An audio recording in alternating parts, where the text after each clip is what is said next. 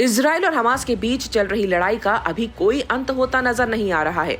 Israel Hamas के पूरी तरह से खात्मे के मूड में है। हमास ने संघर्ष विराम करने और बंधकों को छोड़ने का प्रस्ताव दिया था, जिसे इजराइल के प्रधानमंत्री बेंजामिन नेतन्याहू ने खारिज कर दिया।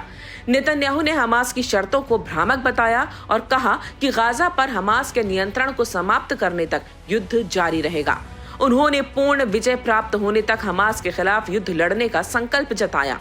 नेतन्याहू ने एक संवाददाता सम्मेलन में कहा कि हमास की भ्रामक मांगों के सामने आत्मसमर्पण करने से बंधकों को मुक्त नहीं कराया जा सकेगा, बल्कि ये एक और नरसंहार को आमंत्रित करेगा। उन्होंने कहा कि हम पूरी तरह से जीत की ओर बढ़ रहे हैं। नेतन्याहू ने अमेरिकी विदेश मंत्री एंटनी ब्लिंकन से मुलाकात के तुरंत बाद ये टिप्पणी की। ब्लिंकन संघर्ष विराम समझौते की उम्मीद में क्षेत्र की यात्रा कर रहे हैं। ब्लिंकन ने कतर और मिस्र में भी मध्यस्थों से बातचीत की। कुछ दिन पहले इजराइल ने संकेत दिए थे कि गाजा संघर्ष की लपटें मिस्र को भी अपनी चपेट में ले सकती हैं, क्योंकि मिस्र सीमा पर बड़ी संख्या में फिलिस्तीनी शरण लिए हुए हैं। पिछले 5 महीनों से जारी इजराइल हमास संघर्ष में हमास ने पिछले हफ्ते कतर, मिस्र और अमेरिका को नया संघर्ष विराम प्लान भेजा था। इसमें हमास ने 3 चरणों में कुल 135 दिन के संघर्ष विराम की मांग की थी। सीज फायर के हर चरण में 45 दिन युद्ध बंद रखने की बात कही गई। संघर्ष विराम के दौरान इजराइल अपनी कैद से हमास सहित अन्य लोगों को छोड़ेगा। इसके बाद हमास सभी बंधकों को रिहा करेगा। अमेरिका क्यों लगा है संघर्ष विराम कराने में? अमेरिका इजराइल और गाजा के बीच संघर्ष विराम कराने के लिए अपना पूरा जोर लगा रहा है। अमेरिका का मानना है कि कहीं ये संकट की स्थिति पूरे इलाके को अपनी चपेट में न ले ले। इसे लेकर चिंता बढ़ रही है और इसी का समाधान तलाशने के लिए अमेरिकी विदेश मंत्री ब्लिंकन तेल अवीव पहुंचे। उनके दौरे का उद्देश्य डील को लेकर प्रगति हासिल करना है।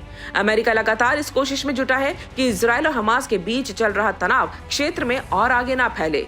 कुछ दिन पहले जॉर्डन में हुए ड्रोन हमले में 3 अमेरिकी सैनिकों की मौत के बाद से ये कोशिश और तेज हुई है। जॉर्डन में ड्रोन के हमले के बाद अमेरिका ने सीरिया और इराक में ईरान समर्थित मिलिशिया के खिलाफ हवाई हमले किए हैं। वहीं लाल सागर में यमन के हूती विद्रोही मालवाहक जहाजों को निशाना बना रहे हैं। अमेरिका और ब्रिटेन ने कई हमले नाकाम किए हैं, साथ ही यमन के हूतियों के ठिकाने पर हमले भी किए हैं। अमेरिका ने चेतावनी दी है कि आगे और भी हमले होंगे। अमेरिका का मानना है कि अगर गाजा में युद्ध विराम समझौता लागू हो जाता है तो इससे तनाव घट सकता है। 27,000 से ज्यादा की हुई मौत। बीते 4 महीने से जारी इस हिंसक संघर्ष के कारण पश्चिम एशिया में अभूतपूर्व मानवीय संकट भी पैदा हुआ है। हमास के हमले का इजराइल ने ऐसा जवाब दिया कि गाजा में 1-2 हजार नहीं, बल्कि अब तक 27,708 लोगों की मौत हो चुकी है। साथ ही 67,147 लोग घायल भी हुए हैं। 7 अक्टूबर को हमास के सैकड़ों बंदूकधारी इजराइल की सीमा में घुसे थे। उन्होंने बोट पर बनी दीवार और कटीली तारों को काटा और भारी सुरक्षा के बावजूद जमीन, समुद्र और आसमान के रास्ते इजराइल पर हमला बोला था। बहुत से लड़ाके पैराग्लाइडर के जरिए इजराइल में दाखिल हुए थे। ये अपनी तरह का पहला हमला था। इजराइल ने इतना गंभीर आक्रमण अरसे से नहीं देखा था। हमास के लड़ाकों ने 1200 लोगों को मारा, जिनमें से अधिकतर आम नागरिक थे। हमलावरों ने इजरायली सुरक्षा चौकियों और एक म्यूजिकल फेस्टिवल पर कई लोगों को मारा था। वापस गाजा लौटते समय हमास के बंदूकधारी अपने साथ कई लोगों को बंधक बनाकर भी ले गए थे। कुछ लोगों को उसने छोड़ा जरूर है, पर कई लोग अभी भी उसके कब्जे में हैं।